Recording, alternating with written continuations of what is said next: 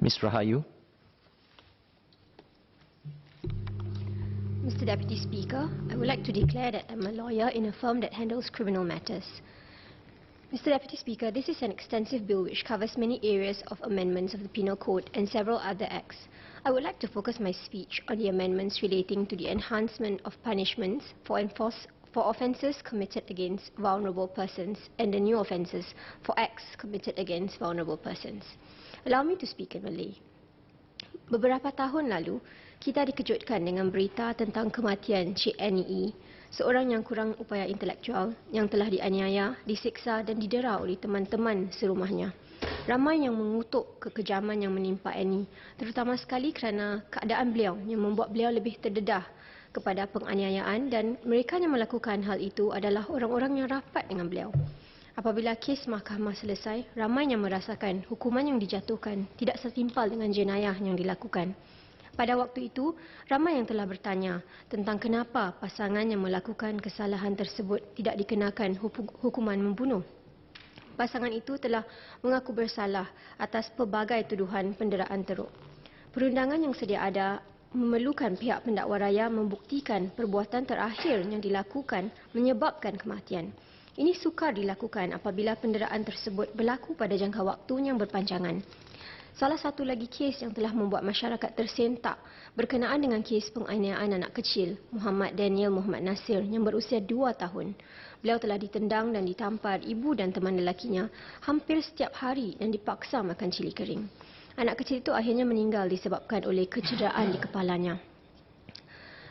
Kes-kes sebegini menggoncang naluri kita sebagai manusia. Mereka yang melakukan kekejaman kepada mangsa-mangsa yang kurang mampu mempertahankan diri mereka sememangnya patut menerima hukuman yang lebih keras. Ini mencerminkan prinsip kita sebagai satu masyarakat yang mengutuk keras perbuatan yang tidak berperi kemanusiaan terhadap mereka yang lemah. Pada tahun-tahun kebelakangan ini, kelihatan seperti adanya beberapa kes yang melibatkan mangsa-mangsa yang kurang mampu mempertahankan diri mereka, dan hukuman yang sedia ada seperti tidak setimpal dengan kekejaman yang ditunjukkan kepada mangsa.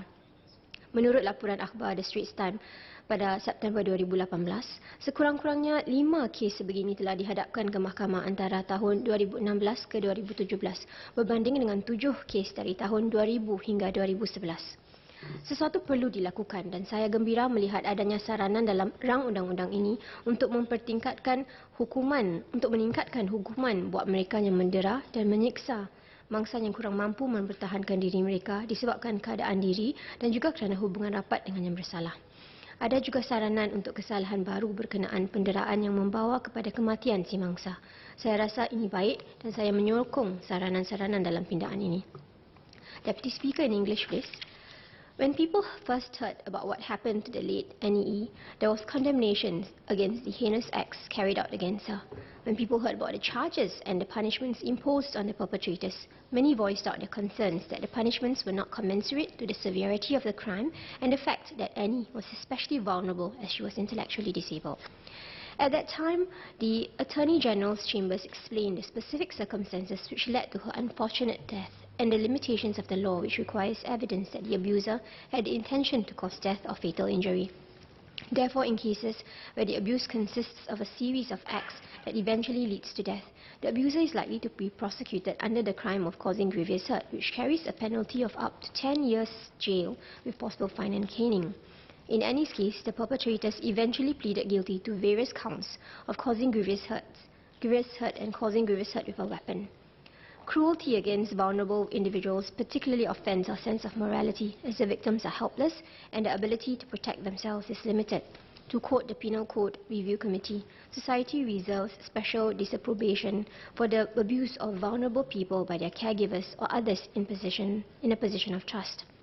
There must therefore be appropriate and commensurate penalties against offences of such nature. I am therefore supportive of the proposed enhancements of the penalties for offences against vulnerable persons in this bill. I note that in the wake of NEE's case, the public also reflected on how such a prolonged abuse could have taken place with no one reporting the same to the authorities. The Vulnerable Adults Act, which was the outcome and response to various concerns regarding abuse against the vulnerable adults, which had been raised even preceding NEE's case, also took into account recent cases and allowed for more detection of abuse and protection for the vulnerable. The amendments proposed today addresses the other concerns about penalties and hopefully forms a deterrent against such heinous conduct. I would like, though, to seek a clarification about how the proposed clauses in this bill would sit vis-à-vis the terms in the Vulnerable Adults Act. In particular, I would like to seek clarification on the difference between the definition of vulnerable person in this bill and the vulnerable adult in the Vulnerable Adults Act. I believe a clarification may aid in the future applications of both pieces of legislation. Clause 83 of this bill seeks to introduce new sections 304B and 304C to the Penal Code. The new section 304B relates to causing death of a child below 14 years of age, domestic worker or vulnerable person by sustained abuse.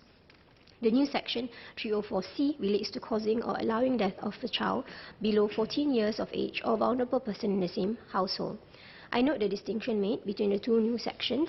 I would like to seek a clarification on why the offence of causing or allowing a vulnerable victim to die is applicable to the persons in the same household who have frequent contact with the victim, while the offence of allowing neglect or physical abuse appears to only be applicable to caregivers and employers of domestic workers.